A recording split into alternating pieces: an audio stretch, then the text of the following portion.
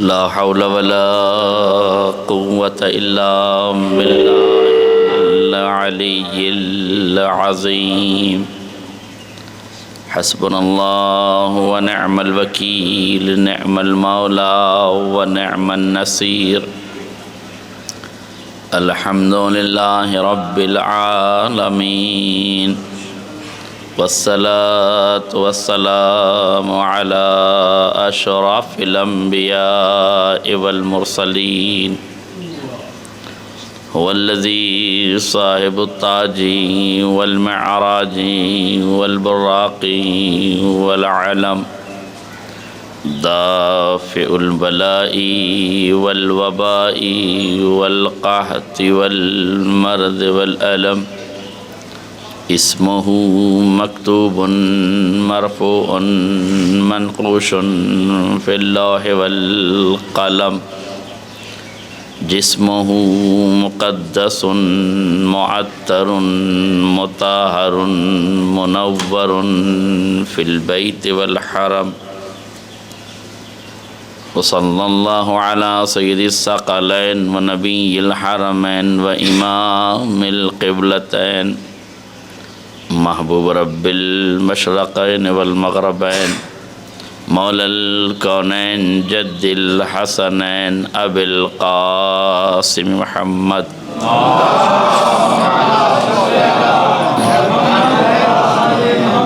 وعلى آل بيته الطيبين الطاهرين المعصومين المظلومين ولعنة الدائمة الباقية على أعدائهم أجمعين من الآن إلى قيام يوم الدين أما بعد فقد قال الله الحكيم في كتابه المجيد بسم الله الرحمن الرحيم من عمل صالحا من ذكر أو أنثى وهو مؤمن فلنحيينه حياة طيبة ولنجزينهم أجرهم بأحسن ما كانوا يعملون صلوات پر محمد علیہ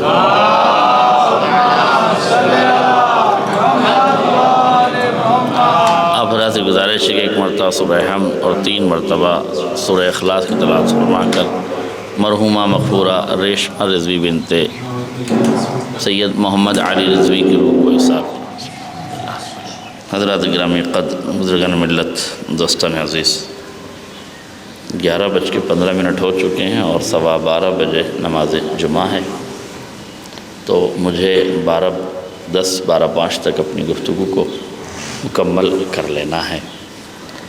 ارشاد رب العزت ہو رہا ہے من عمل صالحا من ذکر او انثی وهو مؤمن، جس نے بھی عمل صالح انجام دیا، نیک عمل انجام دیا، خواہ وہ مرد ہو یا عورت، اس حال میں کہ اس نے اپنے ایمان کا اقرار کیے ہوئے اور وہ مومن ہو، تو مومن مرد ہو یا مومن عورت اگر عمل صالح کرتا ہے تو قدرت کی جانب سے اس کی جزا یہ ہے فَلَنُحْيِيَنَّهُ حَيَاةً طَيِّبَةً، تو ہم اسے پاکیزہ زندگی عطا کرتے ہیں، ایک پاکیزہ حیات عطا کرتے ہیں، وَلَنَجْزِيَنَّهُمْ أَجْرَهُمْ بِأَحْسَنِ مَا كَانُوا يَعْمَلُونَ، اور ان کو ان کے عمل کی اس سے کہیں زیادہ بہتر اجر دیتے ہیں جو عمل انہوں نے انجام دیا ہے۔ قرآن مجید کی آیتوں کا یہ ظاہری ترجمہ میں نے آپ کی خدمت میں پیش کیا۔ مالک کائنات نے اس پوری کائنات کو زیور وجود سے آراستہ و پیراستہ کیا۔ پوری کائنات کا خالق اور مالک ذات پروردگار ہے۔ اس کریم پروردگار نے تمام تر مخلوقات کو جس مخلوق کو جس شے کی ضرورت تھی اس مخلوق کو اس کے تقاضوں کے اعتبار سے خلق فرمایا، جس جسم کی جو ڈیمانڈ تھی، جو تقاضے تھے، وہ تقاضے مالک نے اس کے پورے فرمائے، اور مکمل طور سے ہر جسم کو، ہر ذہن کو، ہر فکر کو اس کے اعتبار سے خلق کیا گیا۔ غور فرمائیے گا، تمہیدی منزلیں ہیں جہاں سے میں گزرنا چاہتا ہوں۔ پروردگار عالم نے اس پوری دنیا میں جو مخلوقات عالم ہیں سمندروں کی طغیانی میں اور روانی میں مچھلیوں کو پیدا کیا اور اسی میں انہیں جینے کا سلیقہ سکھایا، انسان کو متوجہ کرنے کے لیے کہ حیات ہمیشہ آسانیوں میں نہیں گزرتی ہے، کبھی مشکلات میں بھی زندگی بسر کرنا پڑتی ہے۔ رنگ برنگی مچھلیوں کے ساتھ اس نے رنگ برنگی تتلیاں بنائی اور تتلیوں کے پروں پہ رنگ برنگ کے خوشنما نقوش ابھارے، یہ بتانے کے لیے کہ رنگ دھرم کا آدھار نہیں ہے، خوبصورتی کی علامت ہے۔ اس لیے اس نے مخلوقات کو بہت حسین و جمیل بنایا۔ ان اللہ جمیل ویحب الجمال، اللہ حسین ہے، جمیل ہے اور وہ جمال کو پسند کرتا ہے۔ اس نے سمندروں میں مچھلیوں کو پیدا کیا، فضاؤں میں تتلیوں کو پیدا کیا، روئے زمین پر ہر طرح کی مخلوقات کو پیدا کیا۔ لیکن غور کیجیے گا، اس نے بڑے بڑے ہاتھی بھی بنائے جو قوت کی علامت تھی، بڑے بڑے حساس جانور بھی بنائے جو انسان سے زیادہ حس رکھنے والے تھے، بڑے بڑے چیزوں کو پیدا کیا، مگر کسی بھی خلقت کے بعد خالق نے اس خلقت و صنعت کے بعد فخر و مباحات نہیں کیا، کسی بھی مخلوق کے خلق کرنے کے بعد فخر نہیں کیا، مگر جب مالک نے انسان کو پیدا کیا تو فرمایا تبارک اللہ احسن الخالقین، بابرکت ہے وہ ذات جو بہترین پیدا کرنے والا ہے۔ پروردگار تو نے مقدس فرشتے بنائے، ان کے بنانے پہ تو فخر نہیں کیا، معصوم ملک بنائے، ان کے بنانے پہ تو فخر نہیں کیا، تو نے بڑے بڑے قوی و ہیکل جانور بنائے، ان کے بنانے پر تو فخر نہیں کیا۔ یہ انسان میں کون سے سرخاب کے پر لگے ہوئے تھے جس کی خلقت کے بعد تو نے اس کی خلقت کے بعد تو نے اپنی صنعیت کا اعلان کیا، فخر و مباحات کرنے لگا۔ کہ یاد رکھنا حدیث قدسی کی لفظیں ہیں کہ جب انسان کو خلق کیا، ملائک کو خلق کیا اور جانوروں کو خلق کیا تو فرق یہ ہے کہ ملائک کو خلق کیا تو صرف عقل دی ہے، شہوت سے عاری رکھا، شہوت سے خالی رکھا۔ جب جانوروں کو پیدا کیا تو خالی شہوت دی ہے، عقل سے خالی رکھا۔ مگر جب انسان کو خلق کیا تو عقل بھی عطا کی گئی، شہوت بھی عطا کی گئی۔ اب یہ اس کے اپنے عمل کی بات ہے کہ شہوت کو کچل دے تو عقل سے آگے بڑھ جائے تو فرشتوں سے افضل ہو جاتا ہے، اور اگر عقل کا دامن چھوڑ کے خواہشات نفس میں گرفتار ہو جائے تو جانوروں سے بدتر ہو جاتا ہے۔ لہذا انسان کو اشرف مخلوقات خدا نے بنایا ہے، تمام تر مخلوقات سے افضل انسان کو بنایا ہے۔ انسان کو دو حصوں میں تقسیم فرمایا، ایک حصے کا نام مذکر رکھا، ایک حصے کا نام مؤنث رکھا، ایک حصے کا نام مرد رکھا، ایک حصے کا نام عورت رکھا۔ توجہ کیجیے گا، مرد کو مرد بنایا، عورت کو عورت بنایا۔ یہ دونوں اللہ کی مخلوق ہیں۔ جس طرح ایک گاڑی کے دو پہیے ہوتے ہیں، ویسے ہی سماج میں چلنے والی اس گاڑی کے خدا نے دو پہیے بنائے ہیں۔ تو جس طرح دو پہیوں کی گاڑی، نہ آگے والا پہیہ یہ فخر کر سکتا ہے کہ میں آگے ہوں، نہ پیچھے والا یہ احساس کمتری کر سکتا ہے کہ میں پیچھے ہوں، اس لیے کہ آگے ہونا اس کی ضرورت ہے، پیچھے ہونا اس کی ضرورت ہے۔ نہ آگے والا پیچھے والے کے بغیر چل سکتا ہے، نہ پیچھے والا آگے والے کے بغیر آگے بڑھ سکتا ہے۔ دونوں میں بیلنس ہونا چاہیے، دونوں کی ہوا برابر ہونی چاہیے، دونوں کا حجم برابر ہونا چاہیے، تبھی یہ گاڑی چل سکتی ہے۔ اسی طرح سماج کی گاڑی کو چلانے کے لیے خدا نے ایک مخلوق کو عورت بنایا، ایک مخلوق کو مرد بنایا۔ مرد کو مرد بنایا تو اس کا مطلب یہ نہیں ہے کہ یہ قوی بنایا گیا ہے تو طاقتوں پہ اترانے لگے۔ عورت کو لطیف بنایا گیا ہے تو یہ مطلب نہیں ہے کہ یہ احساس کمتری کا شکار ہو جائے۔ غور کیجیے گا، عورت کو لطیف بنایا گیا ہے، مرد کو قوی بنایا گیا ہے۔ جس کو جو ضرورت تھی اس اعتبار سے خدا نے بنایا۔ چونکہ مرد کو گھر کے باہر رہ کر کسب معاش کرنا تھا، کسب معاش کے لیے طاقت کی ضرورت تھی، اسی لیے اسے قوی بنایا۔ اسے گھر میں رہ کے بچوں کی تربیت کرنا تھی، تربیت کے لیے لطافت ضرورت تھی، کسب معاش کے لیے طاقت ضرورت تھی، اسے طاقتور بنایا، اسے لطیف بنایا۔ صلوات پڑھیں محمد اور آلہ۔ لہذا نہ مرد کو طاقت پہ فخر ہونا چاہیے، نہ گھمنڈ ہونا چاہیے، نہ عورت کو احساس کمتری میں مبتلا ہونا چاہیے، بلکہ عورت کو اس کے وجود کے اعتبار سے تربیت کرنے کے لیے بنایا گیا۔ خوش نصیب ہیں وہ مائیں جو اپنے بچوں کی تربیت کرتی ہیں۔ خوش نصیب ہیں وہ مائیں جو اپنے بچوں کو تربیت کرتی ہیں، اور خوش نصیب ہے وہ ماں جو اپنے بچوں کی تربیت کو اس طرح سے کر کے چلی جائے کہ جب اسے احساس ہونے لگ جائے کہ میرا وجود شاید اب زیادہ دنوں تک برقرار رہنے والا نہیں ہے، تو اس نے فوراً ہی اپنے بچوں کی تربیت کا انداز بدل دیا اور انہیں سیلف ڈیپینڈ ہونے کی تربیت دینا شروع کر دی۔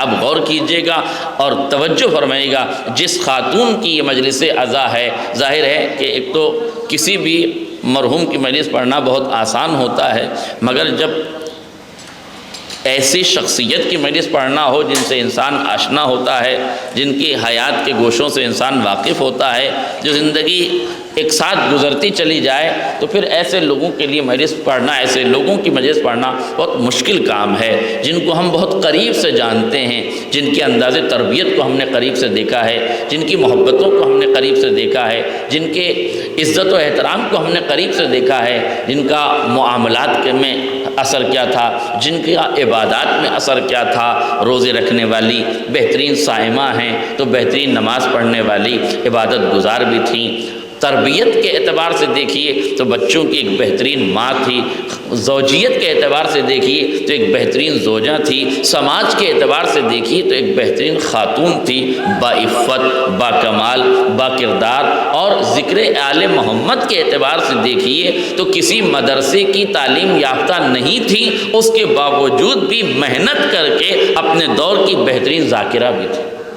آپ غور کیجئے، اور صرف ذاکرہ ہی نہیں تھی بلکہ مجلس عزا کا انعقاد کرنا، محفلوں کا انعقاد کرنا، نظر و نیاز کا انعقاد اور اہتمام کرنا، حد درجہ آگے بڑھ کے وہ یہ سارے امور انجام دیتی تھی۔ مجھے اچھی طریقے سے یاد ہے لکھنؤ میں خواتین کی مجلس میں جناب ام البنین کا ذکر نہیں ہوتا تھا، ام البنین کی مجلس نہیں ہوتی تھی، انہوں نے اپنے گھر میں جناب ام البنین کی مجلس کا انعقاد کیا، جناب ام البنین کا تابوت اپنے گھر سے برآمد کیا۔ اس کا مطلب یہ ہے کہ ایک ذاکرہ ہونے کے ساتھ ساتھ سماج کی ضرورتوں کو بھی دیکھ رہی تھی، اور سماج کی ضرورتوں کے ساتھ ساتھ عزاداری میں کس طریقے سے ترویج کی جائے اور آگے بڑھایا جائے۔ دیکھیے روایت کی لفظیں یہی ہیں کہ اگر کوئی شخص بدعت سیئہ رائج کرتا ہے، کوئی ایسی بدعت رائج کرتا ہے جس کا دین، شریعت اور ایمان سے کوئی تعلق نہ ہو، تو وہ قیامت تک اس بدعت سیئہ کی سزا پاتا ہے۔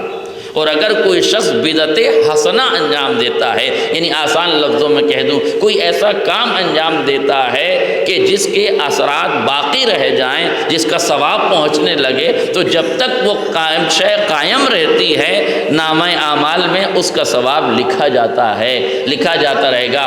جب تک خواتین کی وہ مجلسیں ام البنین کے نام کی ہوتی رہیں گی، اس کا ثواب مرحومہ کے نامہ اعمال میں درج ہوتا رہے گا۔ ایک بہترین ماں بھی تھیں، ایک بہترین زوجہ بھی تھیں، ایک بہترین خاتون بھی تھیں، اپنے رشتوں کو پنپانے والی، اپنے رشتوں کو نبھانے والی۔ دیکھیے ایسی خواتین سماج میں بہت کم ملتی ہیں کہ جہاں اگر دین ہاتھ میں آ جاتا ہے تو دنیا چلی جاتی ہے، دنیا ہاتھ میں آ جاتی ہے تو دین رخصت ہو جاتا ہے، مگر دین کو ایک ہاتھ میں اور دنیا کو ایک ہاتھ میں رکھ کے دونوں ہاتھوں سے دین اور دنیا کو بیلنس کر کے چلنا یہ بڑا مشکل کام ہے، مگر جو اس مشکل گھڑیوں سے گزر جاتے ہیں وہی لوگ کامیاب ہوتے ہیں۔ حیات بظاہر مختصر پائی ہے، لیکن اس مختصر حیات کو کامیاب ترین زندگی کہا جا سکتا ہے۔ وہ اس لیے کہ نماز کے ساتھ ساتھ، روزے کے ساتھ ساتھ، تربیت کے ساتھ ساتھ، عبادات کے ساتھ ساتھ معاملات میں بھی بہترین مہمان نواز۔ میرے عزیزو یاد رکھیے گا، کچھ لوگ کھا کے خوش ہوتے ہیں، مگر اس شخصیت کی مجلس ہے کہ جو کھا کے نہیں کھلا کے خوش ہوا کرتی تھی، جو دسترخوان لگا کے خوش ہوا کرتی تھی، جب گھر چلے جائیے تو بغیر کھانا کھائے آنے نہیں دیتی تھی۔ یہ اس کی محبتوں کی علامت تھی۔ بہترین دوست جیسے عزیز بھائی جیسے عزیز دوست کے ساتھ ہم رہے، اور مولانا افتخار مہدی صاحب قبلہ جن کی محبتوں کے زیر سایہ ہم پروان چڑھے، ایک ساتھ رہے تنظیم المکاتب کی حیات سے لے کر سیریا کی زندگی تک ایک ساتھ، اور سیریا کے بعد پھر لکھنؤ میں جب واپس آئے تو پھر حسن اتفاق سے ہمارا ساتھ ہوا، اور اس دوران میں ان کی شادی سے پہلے سے لے کر شادی کے بعد تک، اور شادی کے بعد سے لے کر مرحومہ کی زندگی کے آخری لمحے تک ہمیں یہ شرف حاصل ہے کہ ہم نے ان کے ساتھ زندگی گزاری، ان کے ساتھ رہے، لہٰذا اس خاتون کو بہت قریب سے دیکھا، اس کے کردار کو دیکھا، اس کے اخلاق کو دیکھا، اور یاد رکھیے گا لوگ ہیں چلے جاتے ہیں، باقی ان کی یادیں رہ جاتی ہیں، باقی ان کے اعمال رہ جاتے ہیں، باقی ان کے معاملات رہ جاتے ہیں، باقی ان کے قرینے رہ جاتے ہیں۔ دنیا میں رہنے کے لیے کوئی نہیں آیا ہے، جسے جو آیا ہے اسے جانا ہے۔ یہ سوچ کر اگر ہم زندگی بسر کر رہے ہیں کہ ہمیں کبھی نہیں جانا ہے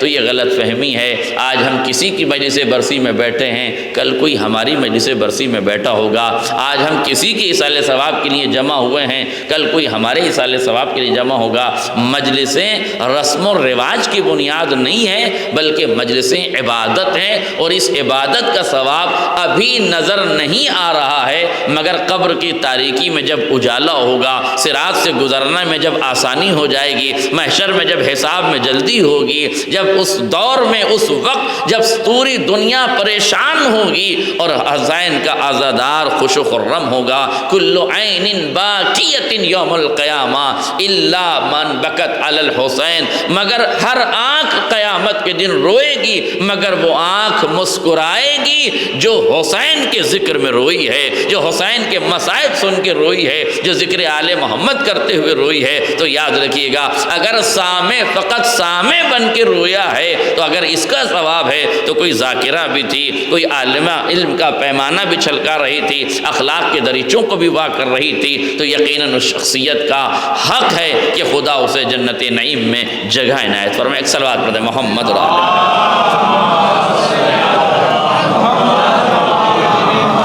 لہذا خدا نے عورت کو کمزور نہیں بنایا ہے، یہ غلط فہمی ہے کہ عورت کمزور پیدا کی گئی ہے۔ میرے عزیزوں، عورت کمزور نہیں پیدا کی گئی ہے، اس کے جسم کی لطافت اس لیے رکھی گئی کہ وہ بہترین تربیت کرنے والی ہے، ورنہ یہ بھی خدا کا نظام ہے کہ جب دنیا طاقتوں پہ اترانے لگے، جب قوتوں پہ گھمنڈ کرنے لگے تو اسے متوجہ کیا جائے کہ بہت سی چیزیں ایسی ہیں جسے خدا نے کمزوریوں کے دامن میں طاقتوں کو پروان چڑھایا ہے۔ ایک چھوٹا سا بیج ہے جسے آپ پھونک ماریے تو اڑ جائے گا، مگر اسی بیج کے اندر خدا نے تناور درخت کی صلاحیت رکھی ہے۔ یہ چھوٹا سا بیج ہے مگر اس میں تناور درخت کی صلاحیت رکھی گئی ہے۔ اس کا مطلب یہ ہے کہ بظاہر تو یہ کمزور ہے مگر اس کے اندر طاقتوں کو چھپا دیا گیا ہے تو کوئلے کی کان مگر ہیرے کو اسی کے اندر رکھ کے اس کی قیمت کا اندازہ کرایا گیا ہے۔ آپ محسوس کیجئے، یوں تو چھوٹا سا جانور ہے مچھر مگر نمرود کو مارنے کے لیے کافی ہے، چھوٹا سا کیڑا ہے چونٹی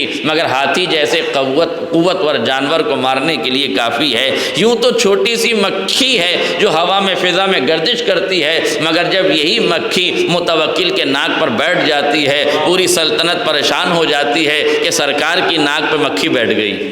میں اپنے جملوں کا ذمہ دار ہوں، پوری سلطنت پریشان ہے، سرکار کی ناک پہ مکھی بیٹھ گئی ہے۔ اب حاجب چمچے پریشان ہیں کہ سرکار کی ناک سے مکھی ہٹائیں کیسے، بار بار ہٹاتے ہیں، بار بار بیٹھ جاتی ہے۔ اب اگر تلوار چلا دیں تو ڈر یہ ہے کہ کہیں سرکار کی ناک نہ کٹ جائے، سرکار کی ناک نہ کٹ جائے۔ توجہ کیجئے گا، مکھی بیٹھی ہے سرکار کی ناک پر، سلطنت پریشان ہے کیسے اس کی ناک کو کیسے اس مکھی کو ہٹایا جائے۔ اگر مکھی ہٹانے کے لیے تلوار چلائی جائے تو کہیں سرکار کی ناک ہی نہ کٹ جائے، اس لیے پریشان ہیں، کریں تو کیا کریں۔ جھلا کر متوکل متوجہ ہوا امام کی طرف اور امام سے کہتا ہے مولا آپ ہی بتائیے، آپ کہتے ہیں کہ اللہ نے ہر شے کو خلق کیا ہے، ایک مقصد کے تحت خلق کیا ہے، اب آپ یہ بتائیے اس مکھی کا کیا کام ہے، اسے اللہ نے کیوں پیدا کر دیا ہے، ذرا ہمارے عمر سلطنت میں مخل ہو رہی ہے، ہمیں پریشان کر رہی ہے۔ امام مسکرائے، مسکرانے کے بعد فرمایا خدا نے اس مکھی کو اسی لیے خلق کیا ہے کہ جب کوئی متوکل جیسا مغرور بادشاہ غرور سے سر اٹھانے لگے تو اسے معلوم ہو تیری اوقات تو ایک مکھی سے مقابلے کی نہیں ہے، تو کیا مخلوقات خدا سے مقابلہ کرے گا۔ ایک صلوات پڑھ دے محمد اور آلہ۔ تو خدا نے کمزوریوں کے دامن میں طاقتوں کو رکھا ہے، یہ نظام قدرت ہے میرے عزیزوں کہ کمزوریوں کے پہلو میں طاقتوں کو رکھ دیا گیا۔ ذرہ ایک ذرہ ہے، ایک خاک کا ذرہ ہے مگر اسی ذرے میں ایٹم کی طاقت رکھی گئی ہے جس کے لیے آج پوری دنیا پریشان ہے۔ اس کا مطلب ہے کہ خدا نے مختصر چیزوں میں بھی طاقت کو رکھا ہے۔ وہ مختصر سے سنگریزے تھے جو ابابیل کے پنجوں میں تھے، ابابیل کی چونچ میں تھے، مگر قرآن کہتا ہے جب انہیں ہاتھی سوار لشکروں پر گرایا گیا کعصف معقول، تو گویا وہ چبایا ہوا بھوسا ہو گیا۔ اس کا مطلب یہ ہے کہ خدا اگر کمزوری کو طاقت دینا چاہے تو طاقتوں کو کمزوری کے دامن میں پروان چڑھا دیتا ہے، کبھی طاقتوں کو نیلام کر دیتا ہے۔ اگر وہ چاہے تو پھر عطا کیا نہیں کر سکتا۔ اس لیے غور کیجیے گا اور اس مرحلے پر بھی غور و خوض کرنا چاہیے۔ پیغمبر اسلام کی ذات اعلی وقار کائنات میں سب سے افضل ہے، سب سے افضل ذات پیغمبر کی۔ جب پیغمبر مکے سے مدینے کی طرف ہجرت کر رہے ہیں، اس وقت پیغمبر اسلام ایک غار کے اندر پہنچے۔ غار کے دہانے پر پروردگار نے مکڑی کو حکم دیا کہ جالا بنائے۔ توجہ کیجیے گا، افضل کائنات ہے پیغمبر، اپنے حبیب کو، اپنے رسول کو، اپنے نبی کو بچانے کے لیے خدا جو طریقہ استعمال کرتا کم ہے۔ اگر چاہتا تو دروازے پہ فولاد کو پگھلا کے رکھ دیتا، چاہتا تو لوہا پگھلا کے رکھ دیتا، چاہتا تو فرشتوں کی قطار لے آتا، چاہتا تو تلوار کو نازل کر دیتا، چاہتا تو ان دشمنوں کی آنکھوں کو پھوڑ دیتا، مگر اللہ اکبر، پروردگار عالم نے بچایا اپنے حبیب کو ہے، مگر انتظام کیسے کیا؟ کہتے ہیں مکڑی کا جالا۔ مکڑی کا جالا کیا ہے؟ قرآن کہتا ہے اِنَّا أَوْهَنَ الْبُيُوتِ لَبَيْتُ الْعَنْكَبُوتِ، کائنات میں سب سے کمزور گھر مکڑی کا ہے۔ سب سے کمزور گھر، ایک پھونک ماریے تو اڑ جائے، مٹ جائے، گھٹ جائے، ختم ہو جائے، فنا ہو جائے، مگر اس مکڑی کے جالے کو بنا گیا کہاں؟ غار کے دہانے پر، تاکہ نبی کو بچایا جائے۔ پروردگار افضل کائنات کو بچانے کے لیے کمزور ترین گھر کیوں رکھا گیا ہے؟ کہ تمہیں بتانے کے لیے کہ ہم بچانا چاہیں تو افضل کائنات کو ہوا کے جھونکوں سے بھی بچا لے جائیں۔ ہم بچانا چاہیں، میرے جو یاد رکھیے گا، یہی نظام قدرت ہے۔ اس پر بھروسہ رکھو، اس کی ذات پر بھروسہ رکھو۔ جب وہ بچانے پر آئے تو سلطنت تمہاری ہو، قاضی تمہارا ہو، عدالت تمہاری ہو، گواہ تمہارے ہوں، انصاف پر تمہارے ہوں، مگر وہ بچانے پر آئے تو 7 تالے لگا دیے جائیں، بند دروازے کر دیے جائیں، وہ بچانے کے لیے آ جاتا ہے۔ جناب یوسف ہیں، زلیخا نے اس کمرے میں گھیر لیا ہے، چاہتی ہے کہ جناب زلیخا چاہتی ہے کہ جناب یوسف کی عفت پر ہاتھ ڈالے، دست درازی چاہتی ہے، مگر آپ نے غور کیا 7 تالے بند کر دیے گئے ہیں۔ 7 تالے بند کر کے اس کمرے میں پہنچ گئے ہیں کہ جہاں قرآن مجید نے تعبیر پیش کی ہے کہ خود جناب یوسف کی زبانی فرمایا وما ابرئ نفسی ان النفس لامارۃ بالسوء الا ما رحم ربی، میں اپنے نفس کو بری نہیں جانتا، اس لیے کہ خواہشات نفس اکساتے ہیں گناہ کی طرف، مگر میرے رب کا کرم نہ ہوتا، میرے رب کا رحم نہ ہوتا، اگر اس کی عطا نہ ہوتی تو اس دام فریب سے نکلنا مشکل ہو جاتا۔ اس لیے اگر بچایا ہے تو مالک نے بچایا ہے۔ میرے تو یاد رکھیے گا، جب کوئی آدمی کسی سے بھاگتا ہے اور جب اسے معلوم ہے کہ سارے دروازے بند ہیں تو گھر میں گول گول گھومتا ہے، مگر جناب یوسف کہاں بھاگے ہیں؟ بند دروازے کی طرف بھاگے ہیں۔ ہاتھوں کو جوڑ کے پوچھوں گا یوسف بس اتنا بتا دو، یہ بند دروازے کی طرف کیوں بھاگ رہے تھے؟ دروازہ تو بند تھا، بھاگ کیوں رہے تھے؟ کہا میں خدا کی طرف بھاگ رہا تھا، میں جانتا ہوں جس کی طرف بھاگ رہا ہوں وہ ایک دروازہ نہیں سارے دروازے کھول دے گا۔ ادھر خدا بھی تو یہی کہہ رہا ہے میرے بندے تو ایک قدم میری طرف بڑھ، میں 10 قدم تیری طرف بڑھوں گا۔ بندے تو ایک قدم میری طرف بڑھ، میں 10 قدم تیری طرف بڑھوں گا۔ یوسف ایک قدم بڑھے ہیں، خدا 7 قدم آگے بڑھا ہے، ایک دروازہ نہیں ٹوٹا، 7 تالے ٹوٹ گئے، 7 دروازے ٹوٹ گئے، جناب یوسف کو نجات مل گئی۔ اس کا مطلب یہ ہے کہ جو یوسف کا خدا ہے وہی تمہارا خدا بھی ہے۔ اگر کائنات زلیخا تمہیں دام فریب میں الجھانے لگے تو تمہیں اس دور میں یوسفی کردار اپنانے کی ضرورت ہے، یہی وہ دور ہے کہ جہاں یوسفی کردار کی ضرورت ہے۔ اور آگے چلیے، اسی واقعے میں اسی مرحلے پہ یہ ملتا ہے جناب یوسف آخری دروازے کو توڑ کر آخری دروازہ کھلا، جناب یوسف باہر نکلے، پیچھے سے زلیخا نے ہاتھ رکھا، آپ کے دامن کو پکڑا، پشت کی جانب سے پکڑا، پشت کی جانب سے پیراہن پھٹ گیا ہے۔ اب جیسے ہی اس نے پکڑا، جناب یوسف آگے چلے گئے، پیراہن پیچھے سے پھٹ گیا، سامنے زلیخا کا شوہر نمودار ہو گیا۔ یہ کیا ہو رہا ہے؟ اس نے خاموشی میں سارے منظر کو بھانپ لیا۔ مکر و فریب زلیخا کا ہوا، اپنے شوہر سے لپٹ گئی کہ تمہاری عزت کے ساتھ جو برا برتاؤ کرنا چاہتا تھا اس کی سزا کیا ہونی چاہیے۔ اب غور کیجئے، سلطنت کس کی ہے، دربار کس کا ہے، گواہ کس کے ہیں، سب کچھ تو اسی کا ہے نا، سرکار اسی کی، سلطنت اسی کی، گواہ بھی اسی کے، سب کچھ اسی کے ہیں، فیصلہ کرنے والا بھی وہی ہے، جج بھی وہی ہے، منصف بھی وہی ہے، مجرم بھی وہی ہے۔ اب فیصلہ کرے تو کیا کرے؟ یہاں یوسف تنہا رہ گئے ہیں، اب یوسف کا کوئی نہیں ہے، نہ عدالت یوسف کی، نہ گواہ یوسف کے، توجہ کیجئے گا، نہ جج یوسف کا، نہ قاضی یوسف کا، نہ ماحول یوسف کا، سب کچھ یوسف کے خلاف ہے، مگر تنہا جناب یوسف ہیں، مگر تنہا جناب یوسف ہیں، لیکن بھروسہ کس پر ہے؟ اپنے خدا پر، اپنے رب پر، توجہ کیجئے گا، اپنے رب پہ بھروسہ ہے۔ اس کا مطلب یہ ہے عصر حاضر میں تمہیں متوجہ کیا جا رہا ہے، گھبرانا نہیں کہ عدالت تمہاری نہیں ہے، گھبرانا نہیں کہ وکیل تمہارے نہیں ہے، گھبرانا نہیں کہ انصاف تمہارا نہیں ہے، گھبرانا نہیں کہ ماحول تمہارا نہیں ہے، تمہارا کچھ بھی نہ ہو، بس خدا تمہارا ہونا چاہیے۔ آج میرا جملہ واضح ہو جائے، تمہارا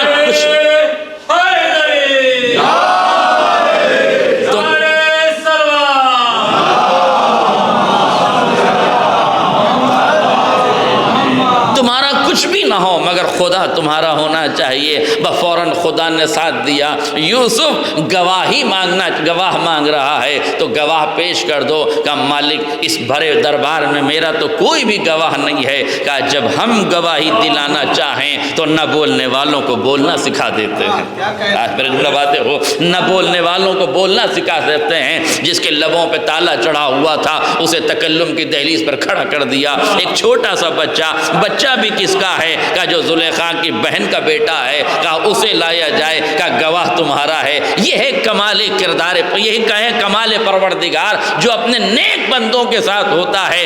گواہ تمہارا ہوگا، آغوش تمہاری ہوگی، بولنے والا تمہارا ہوگا، مگر کلام ہمارا ہوگا، بچانے والے ہم ہوں گے، بچانے والے ہم ہوں گے۔ فوراً اس بچے نے کہا، وہ گواہی دینے لگا۔ میرے تو غور کیجئے گا، گواہی بھی کیسے دی ہے، فیصلے کے اعتبار سے گواہی دی ہے۔ ڈائریکٹ بچہ کہہ دیتا یوسف بے گناہ ہے، زلیخا مجرم ہے، کہا جا سکتا تھا کہ نہیں؟ اور ظاہر ہے کہ جو بچہ بولتا نہیں ہے، اگر وہ بچہ کھل کے اس طرح سے بات کرتا اور اشاروں میں کچھ کہہ دیتا، کنایوں میں کچھ کہہ دیتا، میرے عزیزوں کسی بھی طریقے سے کہتا، گواہی مکمل ہو جاتی۔ مگر ہر گواہی کے عنوان پر سحر کا عنوان آ سکتا تھا۔ یوسف نے جادو کر دیا، یوسف کے حسن نے جادو کر دیا، یوسف نبی ہیں اس لیے نبی ہونے کے ساتھ ساتھ معجزہ دکھا دیا، جادو کر دیا، کچھ اور کر دیا، اس لیے ساری باتیں ہو سکتی تھی۔ اس لیے جب بچہ بولا تو خالی بولا نہیں، دلیل کے ساتھ بولا۔ اگر یوسف کا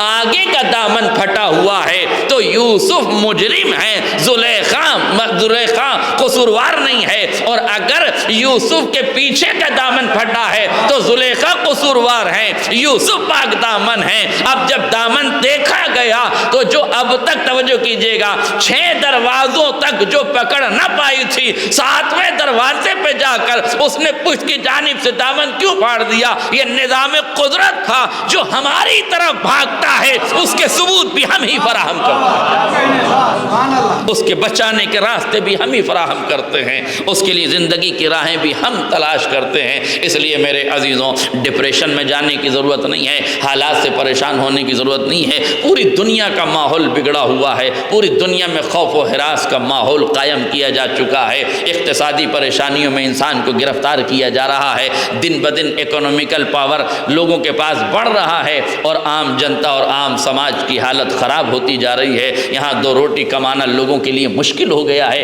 ایسے مشکل حالات میں ڈپریشن میں جانے کی ضرورت نہیں ہے، پریشان ہونے کی ضرورت نہیں ہے۔ ایسے مشکل حالات میں بس ایک ایک راستہ ہے عشق خدا کا راستہ، اپنے رب سے محبت کا راستہ، اپنے خدا سے لو لگانے کا راستہ، اس سے مانگو وہ تمہیں عطا کرے گا۔ آپ نے ابھی چند دنوں پہلے ایک تصویر دیکھی ہوگی، ایک چھوٹا سا پرندہ ہے، غور کیجئے گا، ایک چھوٹا سا پرندہ ہے، وہ پرندہ مگرمچھ کے منہ میں بیٹھا ہوا ہے، مگرمچھ ایسے منہ کھول کے بیٹھا ہوا ہے، پرندہ اس کے منہ میں بیٹھا ہوا ہے، دہن میں بیٹھا ہوا ہے، کر کیا رہا ہے؟ کر یہ رہا ہے کہ مگرمچھ کے دانتوں سے اپنی غذا تلاش کر رہا ہے۔ آپ نے توجہ نہیں کی، مگرمچھ کے دانتوں سے اپنی غذا تلاش کر رہا ہے، یہ اس کے دانتوں میں پھنسی ہوئی غذا کو اب کھاتا جا رہا ہے اور اس سے اس مگرمچھ کو سکون ملتا جا رہا ہے۔ آپ نے غور نہیں کیا؟ دیکھیں کریم ہے وہ پروردگار، مگرمچھ کو رزق سکون دے رہا ہے، اس کو رزق غذا دے رہا ہے، اس کا پیٹ بھر رہا ہے، اسے سکون مل رہا ہے۔ ہاتھوں کو جوڑ کے کہوں گا پروردگار اس چھوٹے سے پرندے کا رزق کتنی مشکل جگہ تو نے رکھ دیا، کاش میرا جملہ واضح ہو جائے، اس چھوٹے سے پرندے کا رزق انہیں کتنی مشکل جگہ رکھ دیا۔ کہاں ہے اس کا رزق؟ کہاں اس کا رزق ہے مگرمچھ کے دانتوں میں، مگرمچھ کے دانتوں سے رزق نکال رہا ہے۔ آپ ذرا غور کیجئے، اگر مگرمچھ نے منہ بند کر لیا تو جو رزق لینے آیا تھا وہ رزق بن جائے گا، جو رزق پراپت کرنے آیا تھا وہ خود رزق بن جائے گا۔ پروردگار اتنی مشکل وقت میں ایسی جگہ پر اس کا رزق رکھنے کی ضرورت کیا تھی؟ کہا یہ غور کیجئے گا، کہا اگر اس کا رزق ہی رکھنا تھا باہر رکھ دیا جاتا، کہا ہم رزق دینے والے ہیں، ہم نے اس کے دانتوں میں رزق رکھا ہے تاکہ اسے سکون مل جائے، اسے رزق مل جائے۔ مالک یہ تو مشکلوں بھرا راستہ ہے، کہا یہی تو تمہیں بتانا ہے کہ رزق ہمیشہ آسانیوں سے نہیں ملتا، کبھی زندگی کو داؤ پہ بھی لگانا پڑتا ہے۔ رزق ہمیشہ آسانیوں سے نہیں ملتا، کبھی زندگی کو داؤ پہ لگانا پڑتا ہے، کبھی مشکل گھڑیوں میں کھڑا ہونا پڑتا ہے، کبھی مشکل حالات میں قدم زن ہونا پڑتا ہے۔ اسی لیے جب آپ دعائیں پڑھتے ہیں اور نماز عشاء کی تعقیب پڑھتے ہیں تو اس میں یہی پڑھتے ہیں اللہم انہ لیس لی علم بموضع رزقی، اے پروردگار مجھے اپنے رزق کی جگہ نہیں معلوم کہ مجھے رزق کہاں سے ملنا ہے، لیس لی علم بموضع رزقی وانما اطلبہ بخطرات تخطر علی قلبی، اور جو کچھ میرے ذہن میں آ رہا ہے، جہاں جہاں میں تلاش کر سکتا ہوں میں تلاش کر رہا ہوں، ام فی جبل ام فی سہل، مجھے نہیں معلوم کہ میرا رزق پہاڑوں میں ہے یا سہل راستوں میں رکھا ہے، لیکن تو نے رزق رکھا ہے، اور وہی واللہ خیر الرازقین، وہی بہترین رزق دینے والا ہے۔ اس لیے رزق کے لیے پریشان ہونے کی ضرورت نہیں ہے، ہاں بس یہ یاد رکھنا کہ رزق کے لیے پریشان نہ ہونا مگر محنت کرنا نہ چھوڑنا، اس لیے کہ رزق کاہلوں کو نہیں ملتا،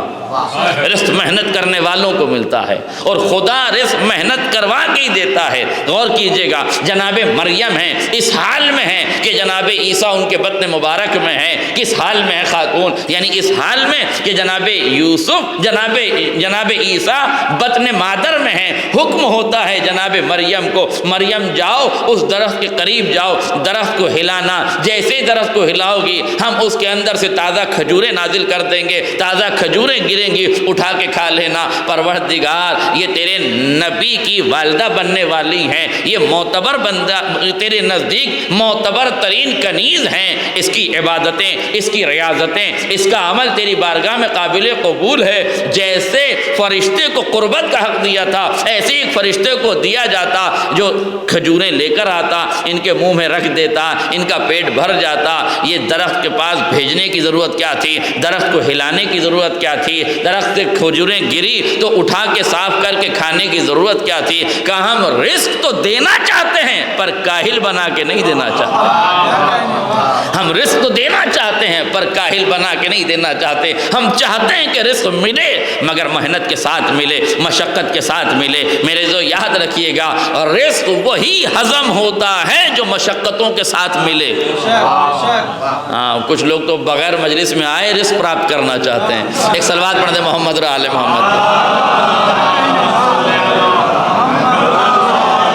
تو تھوڑی بہت تو محنت کرنی پڑے گی، گھر سے چلیں مجلس تک آئیں، کچھ منٹ یہاں بیٹھیں، بس خالی ایک لمحے بیٹھ جانا انشاءاللہ ہضم ہو جائے گا۔ حلال تو یوں بھی ہے، یہ تو کرم ہے کریم حسین کا کہ اس نے لنگر کا انتظام تو کیا ہے، چاہے تم سنو یا مت سنو، مجلس میں آؤ یا نہ آؤ۔ بس اب یہ اپنے اپنے مزاج کی بات ہے کہ جسم کا تبرک تو سب کو ملتا ہے، پر روح کا تبرک سب کے نصیب میں نہیں ہوتا۔ اور بہتر یہ ہے کہ رزق روح کی غذا پہ زیادہ توجہ دینی چاہیے۔ ایک صلوات پڑھتے ہیں محمد اور آل محمد۔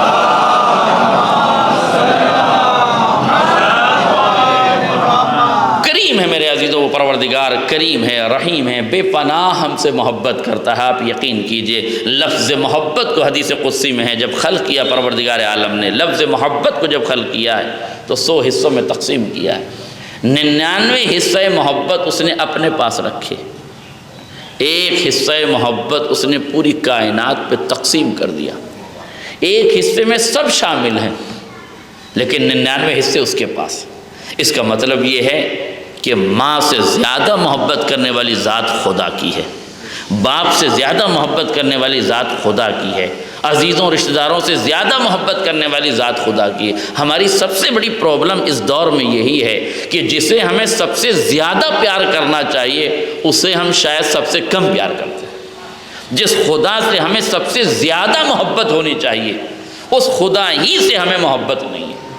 اور یہ حالات بد سے بدتر اس لیے ہو رہے ہیں کہ بندہ اللہ کی بندگی چھوڑ کر غیروں کی بندگی پہ لگا ہوا ہے، ہر در پہ دستک دینے کو تیار ہے، ہر دروازے پہ جا کے مانگنے کو تیار ہے۔ میرے سے ایک جملہ سن لیجئے، ایک مہینے میں ایک آدمی سے پیسے مانگتا ہے، ایک مہینے میں ایک آدمی 5 مرتبہ پیسے مانگتا ہے۔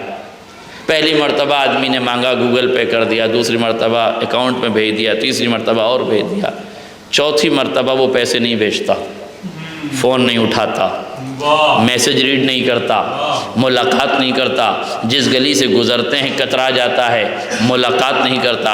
اور یاد رکھیے گا پیسہ مانگنے سے پہلے جو عزت تھی وہ پیسہ مانگنے کے بعد وہ عزت رخصت ہو جاتی ہے۔ اور کیا آپ نے کبھی توجہ کیجیے گا، پوچھئے مانگنے والوں سے کہ یہ مانگنے والے جب مانگتے ہیں تو کس سے مانگتے ہیں؟ جب بندہ بندے سے مانگتا ہے تو ایک مہینے میں 5 بار اگر بندہ مانگے تو 3 یا 2 بار بندہ دے دیتا ہے، مکمل طور سے نہیں دیتا، اور ذلیل الگ کرتا ہے، گالیاں الگ بکنے لگتا ہے، باتیں الگ سنانے لگتا ہے، رسوائی الگ کرتا ہے، بدنامی الگ کرتا ہے۔ دیتا کم ہے بتاتا لوگوں کو زیادہ ہے، بدنامی زیادہ کرتا ہے۔ میرے تو ذرا غور کیجئے گا، جب بندہ بندے سے ایک مہینے میں 5 بار مانگتا ہے بندہ دینے کو تیار نہیں ہے، مگر خدا کہتا ہے اے بندے مجھ سے ایک دن میں تو 5 مرتبہ مانگنے آ جا۔ یہ توجہ کیا آپ نے؟ مجھ سے ایک دن میں تو 5 مرتبہ مانگنے آ جا، میں تجھے جب بھی مانگے گا وقال ربکم ادعونی استجب لکم، اور تمہارا رب یہ کہتا ہے تم دعا کرو میں قبول کروں گا۔ میرے عزیزوں ملا کا وعدہ مخالفت پر آمادہ کر سکتا ہے، مولا کے وعدے میں مخالفت نہیں ہے۔ مولا کا وعدہ مخالفت پر مبنی نہیں ہے، اس نے وعدہ کیا ہے تو وہ دے گا، اس لیے کہ بندوں کی طرح وہ کہہ کے مکر نہیں جاتا، لہذا وہ دے گا۔ میرے عزیز توجہ کیجئے گا، ادعونی استجب لکم، تم دعا کرو میں قبول کروں گا۔ پھر قرآن کہتا ہے کہ وہ لوگ کہ جو مجھ سے مانگنے سے کتراتے ہیں، یستکبرون عن عبادتی، جو مجھ سے طلب کرنے سے تکبر کرتے ہیں، غرور کرتے ہیں، گھمنڈ کرتے ہیں، سیدخلون جہنم داخرین، تو میں ان لوگوں کو ان قریب جہنم میں داخل کروں گا اور ذلیل و رسوا کر کے داخل کروں گا۔ مالک تو انہیں ذلیل و رسوا کیوں کرے گا؟ کہ ان کی ذلت کے لیے تو یہی کافی ہے کہ یہ تیرا در چھوڑ کے غیر سے مانگنے کے لیے گئے ہیں۔ خدا کو چھوڑ کر غیروں سے مانگنے کا نتیجہ یہی ہوتا ہے، انسان ذلیل ہوتا ہے۔ ایک جملہ اور کہنا چاہتا ہوں، جتنا بندہ بندے کے سامنے گڑ گڑاتا ہے ذلیل ہوتا ہے، جتنا بندہ بندے کے سامنے سماجتیں کرتا ہے، منتیں کرتا ہے، بھائی دے دو، پریشان کرتا ہے، جتنا بندہ بندے کو پریشان کرتا ہے عزتیں رخصت ہو جاتی ہیں، شرافتوں کا جنازہ نکل جاتا ہے، انسان اپنی وقار کو کھو دیتا ہے، چہرے کا پانی ختم ہو جاتا ہے، عزتیں مجروح ہو جاتی ہیں۔ غور کیجئے گا، بندہ جتنا بندے کے سامنے گڑ گڑائے گا ذلیل ہوگا، مگر یہی بندہ جتنا خدا کے سامنے گڑ گڑائے گا اس کی نظر میں عزیز ہوتا چلا جائے گا۔ جتنا گڑ گڑائے گا اتنا عزیز ہوگا۔ جتنی طلب میں دیر لگائے گا، جتنی طلب کے انداز بدلے گا، اتنا ہی خدا اس کو محبوب، خدا کے نزدیک یہ محبوب ہوتا چلا جائے گا۔ حدیث قدسی کی لفظیں ہیں، مجھے تسبیح و تحلیل سے زیادہ، مجھے معصوم فرشتوں کی تسبیح سے زیادہ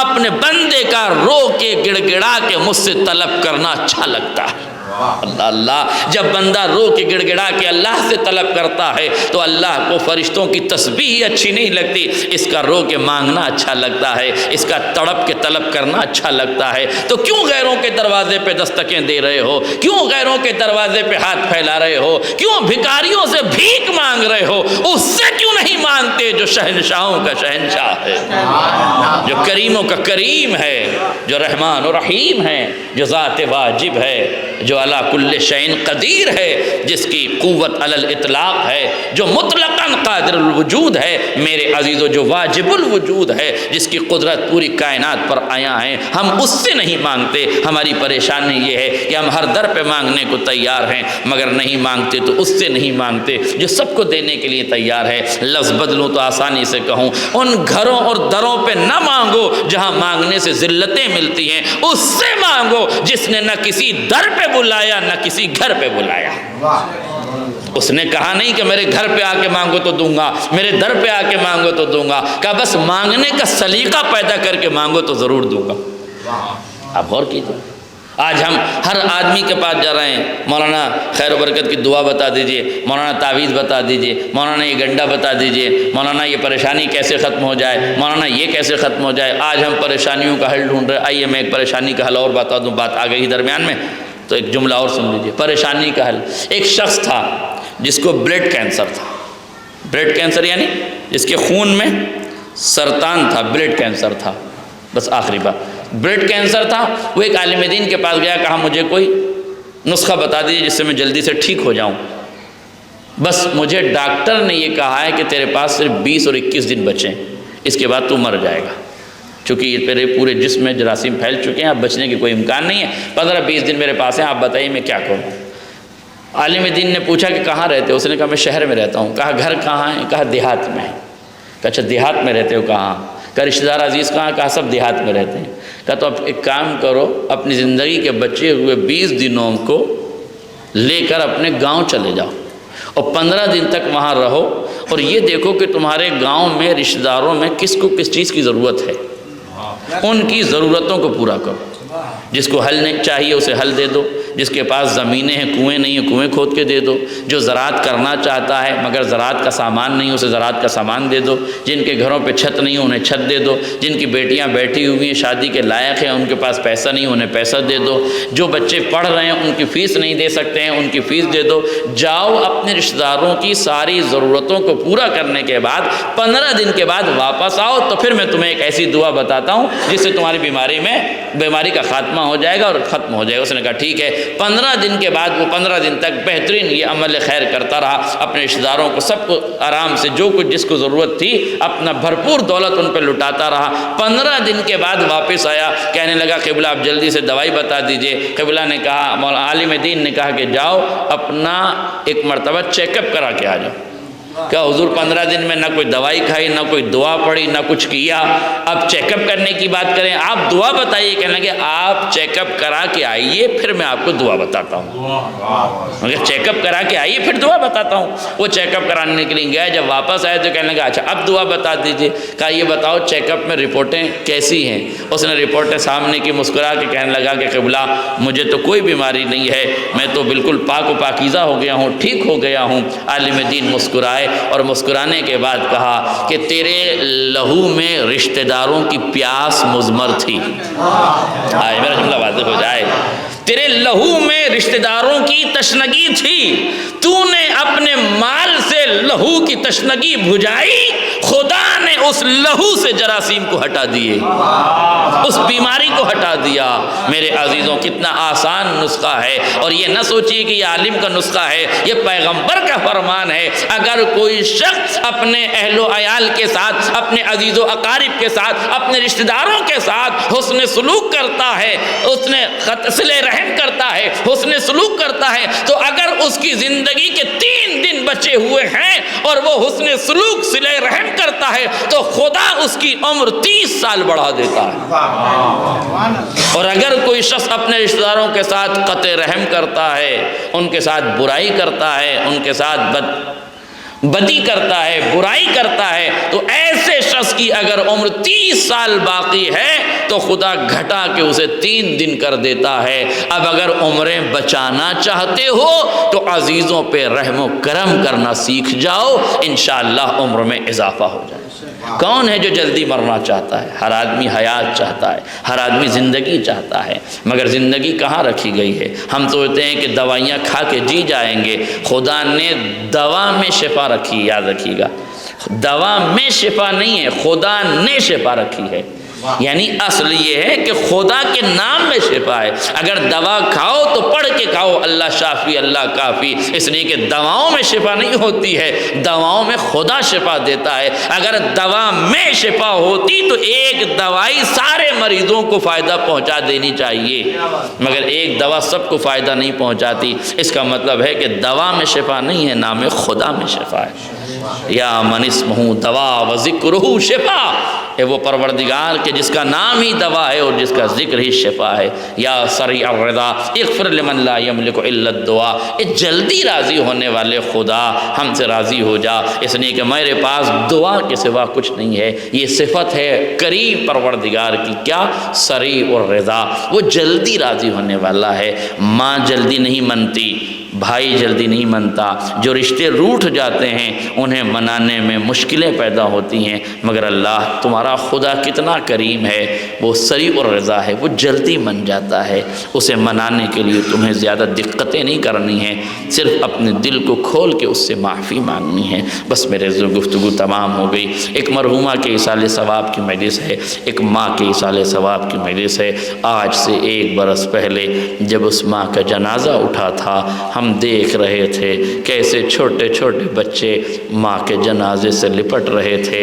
ہاں، شوہر کی چیخیں بھی ہم نے سنی، بچوں کے رونے کی آوازیں بھی ہم نے سنی، مگر پھر بھی میں کہوں گا کہ مرحومہ یتیم بچوں کو چھوڑ کے گئی ہیں، لیکن یہ یتیم بچے ضرور ہوئے ہیں ماں کے جانے کے بعد، مگر میرے عزیزوں ان جو ماں دنیا سے رخصت ہوئی تھی وہ بیمار ضرور تھی، علیل ضرور تھی، مصیبتیں اس نے بہت اٹھائی، پریشانیاں اس نے بہت اٹھائی، مگر پھر بھی میں کہوں گا مرحومہ آپ خوش نصیب تھیں، پسلی تو نہیں ٹوٹی تھی نا، گھر پہ دروازہ تو نہیں گرایا گیا تھا نا، آگ تو نہیں لگائی گئی تھی نا، مگر ہاں کائنات میں ایک ماں وہ بھی تھی، حسین کی ماں، حسن کی ماں، زینب و ام کلثوم کی ماں، جس کے دروازے پر آگ و لکڑیاں جمع کی گئی، جس کے دروازے پر آگ و لکڑیاں لا کے جمع کی گئی۔ موقع اصفہانی فرماتے ہیں کہ جس وقت آگ و لکڑیاں لا کے جمع کی گئی، دروازے کی بات انا حدیث الباب ذو شجون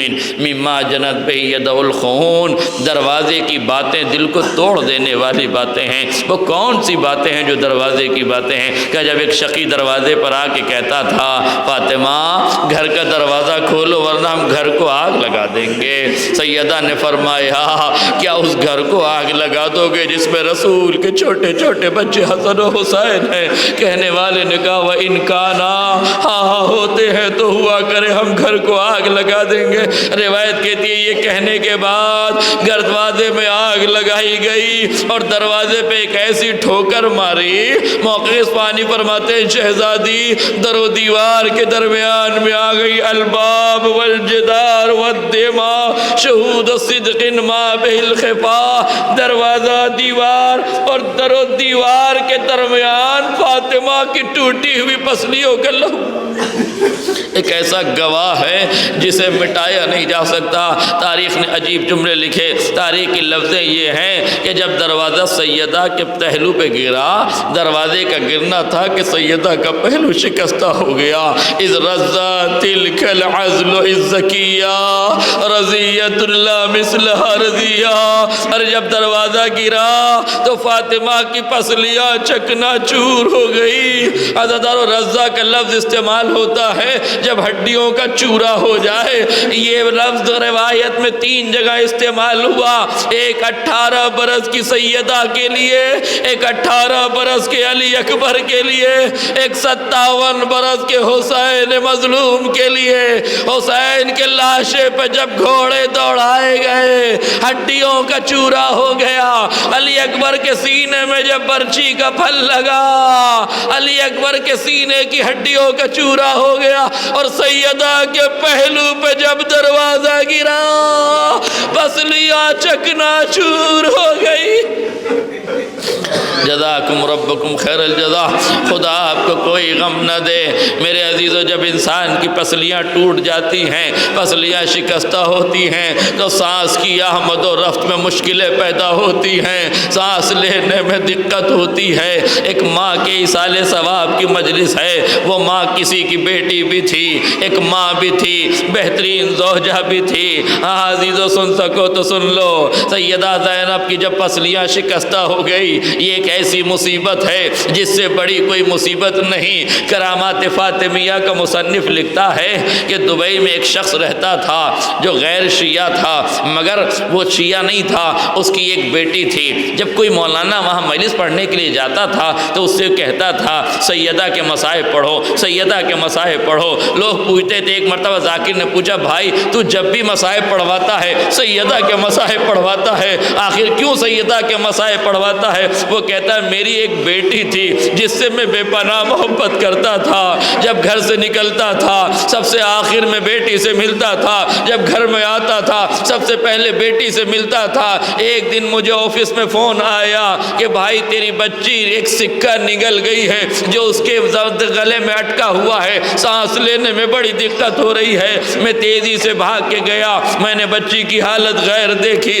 میں بچی کو لے کے ہاسپٹلس میں گیا، بڑے بڑے ہاسپٹلس میں دبئی کے دکھایا، جب کہیں فائدہ نہ ہوا کسی نے کہا اسے یورپ لے جا۔ میں جب یورپ لے کر گیا ایک بڑے ہاسپٹل میں نے ایڈمٹ کیا، ایک ڈاکٹر نے کیفیت دیکھی، کیفیت دیکھنے کے بعد مجھے بلا کے ایک ورقہ دیا اور قلم دیا، دینے کے بعد کہتا ہے اس پر لکھ دو، ہماری کوئی ذمہ داری نہیں ہوگی، اس لیے کہ یہ بچی سکہ گلے میں ہے، اگر ہم نے نکالا تو یہ کبھی بول نہیں پائے گی، اور اگر اس کے جسم میں اتر گیا تو اس کے بچنے کی کوئی امید نہیں ہے۔ جب ایسی بات سنی وہ کہتا میں نے قلم کو کاغذ کو رکھا، مدینے کا رخ کیا، ہاتھوں کو جوڑ کے کہا یا رسول اللہ آپ کی بھی ایک بیٹی تھی جس کا نام فاطمہ تھا، آپ بھی اسے بے پناہ چاہتے تھے، میری بھی ایک ہی بیٹی ہے، مجھے بھی اس سے بے پناہ محبت ہے، یا رسول اللہ وعدہ کرتا ہوں جب تک زندہ رہوں گا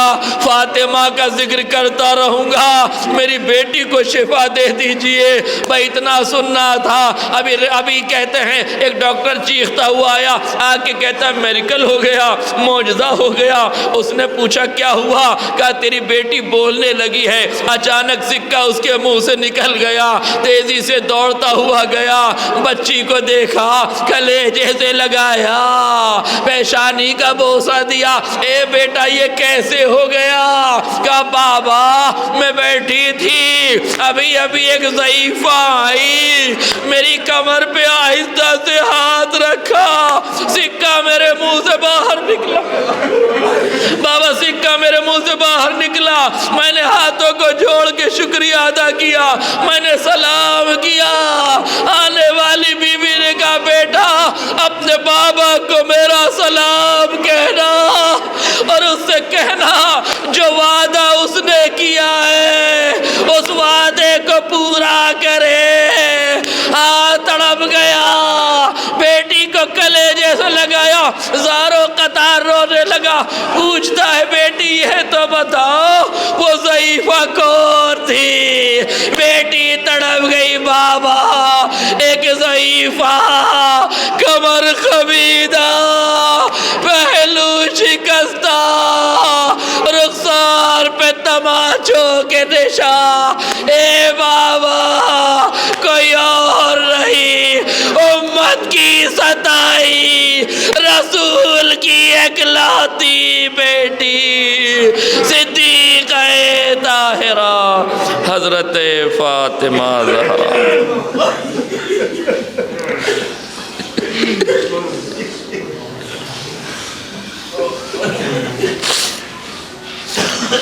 لله وإنا إليه راجعون رضا بقضائه وتسليما لأمره وسيعلم الذين ظلموا أي منقلب ينقلبون ربنا تقبل منا إنك أنت السميع العليم يا الله يا الله يا کریم کریم پروردگار واسطہ محمد اور آل محمد اس مختصر سی عبادت کو قبول فرما، ان رونے والی آوازوں پر رحمت نازل فرما، اس مجلس کا ثواب مرحومہ کے نام اعمال میں درج فرما۔ کریم پروردگار ان مجلسوں کے توسل سے ان کے اعمال حسنہ کو قبول فرما۔ کریم پروردگار پسماندگان کو صبر جمیل عنایت فرما، بالخصوص بیٹے اور بیٹی اور شوہر نامدار کو صبر جمیل عنایت فرما۔ کریم پروردگار واسطہ محمد اور آل محمد کا حاضرین کی دعاؤں کو مستجاب فرما۔ کریم پروردگار واسطہ محمد اور آل محمد کا جہاں جہاں شیعان آل محمد ان کی جان مال عزت آبرو کی حفاظت فرما۔ کریم پروردگار واسطہ محمد اور آل محمد کا ہم میں جو بیمار اور شفاء کاملہ عاجل عطا فرما۔ کریم پروردگار جو مقروض ان کے قرضوں کو عطا فرما۔ کریم مالک جو بے روزگار ان کو روزی عطا فرما، حاضرین کے رزق روزی میں برکت عطا فرما۔ کریم مالک جو بے اولاد انہیں دولت اولاد عطا فرما، جن کے پاس اولاد انہیں پروان چڑھا۔ کریم پروردگار واسطہ محمد اور آل محمد کا جنت البقیع میں عالی شان روزہ تعمیر فرما، آل سعود و آل یہود کو نیست و نابود فرما۔ مالک اور امتحان نہ لے، یوسف زہرا امام زمانہ کے ظہور میں تعجیل فرما اور ہمیں ان کے انصار آوان میں قرار دے۔ آپ اللہ سے گزارش ہے کہ ایک مرتبہ سورہ حمد اور 3 مرتبہ سورہ اخلاص تلاوت فرما کر مرحومہ مقبورہ سیدہ ریشمہ رضوی بنت سید محمد علی رضوی مرحوم کی روح کو ایثار فرما۔